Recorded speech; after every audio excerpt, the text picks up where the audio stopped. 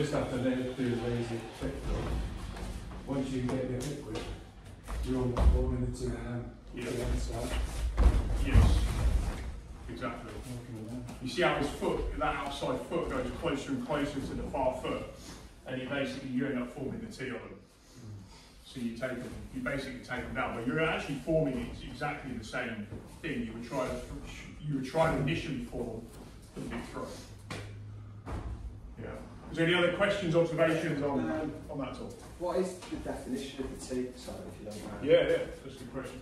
You'll see this everywhere. You see, I mean, basically you're forming T shapes all the time between their legs, right? So in wrestling, you've got really three major control points, and I think they kind of say in a lot of the wrestling textbooks you've got like 7, like there's 4 minors, I think.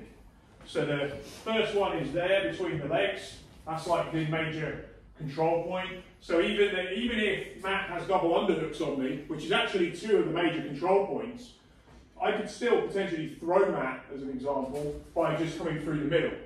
So I have minor control points, you know, there's no gi in wrestling, I might have head and arm. So these are minor control points, but I have the big one between the legs. And so I could still potentially take him down. As a general rule, if you have a control point between the legs, that's kind of like the best. I mean, don't get me wrong, I don't want him having double underhooks, but he does have a danger that when he has double underhooks, if I start penetrating really underneath him and popping my hip, you know, he could go, right? He could get launched. So those are the major control points. And so given that, if I can get a foot either here or even here, right, in more traditional judo grips, if I get my feet here, I'm in a very strong attacking position right now. And the closer that my foot is in here, the more that I can attack. Because I'm in the middle. Everything he does is basically going to be a counter.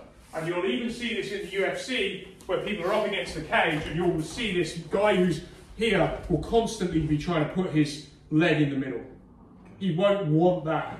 Because once I get this, it's hard for Sam to start. If I'm here, it's hard for Sam, much harder for Sam to circle out when I've got this. And you know, they're throwing shots on here, but the hips are in, and you'll see they start trying to make these sorts of transitions to then to hit the takedown. But they form a T, because it makes it hard for him to circle out. Because he starts loading himself. So it kind of pins him. So that is the T, really. And the more that I'm stepping across off this hip to hip, we work a lot on hip to hip because it makes people connect. It's much harder to throw people with disconnection using wrist movements, right? This is the sport of judo. It's not, these bits of it are not very effective the minute you take the gi off or you add strikes in. So we do go through phases where we do grip. You know, guys compete in gi will do a lot of grip work because, you know, it's a big advantage in jiu-jitsu. Most jiu-jitsu guys are pretty poor at all of this. But really, this is more, this type of game crosses over way more to the ground as well. It's just natural grips, it works gi, no gi, MMA. Yeah, so the T is always in relation to, and it's always about having the leg in the middle. So you're beginning to basically penetrate that triangle between your legs. That's really the T. Anything else on that talk? Or anything like that? So, when are you going to take them back, when they do that kind of lazy foot forward, you're trying to make like a corkscrew move? Yep. Continually spin until they're down. You put them up on their toes by driving your forehead right up into there, like you're trying to look up. I don't want my head too low. Yeah. So when I'm doing this, I don't want to have my head like where my head is like down here. This can work. If I'm connected, it can work. I'm folding him, you know, around his rib cage. But what is better is if I get him here. Okay. That's helping that. Yeah, I'm putting him up on his toes.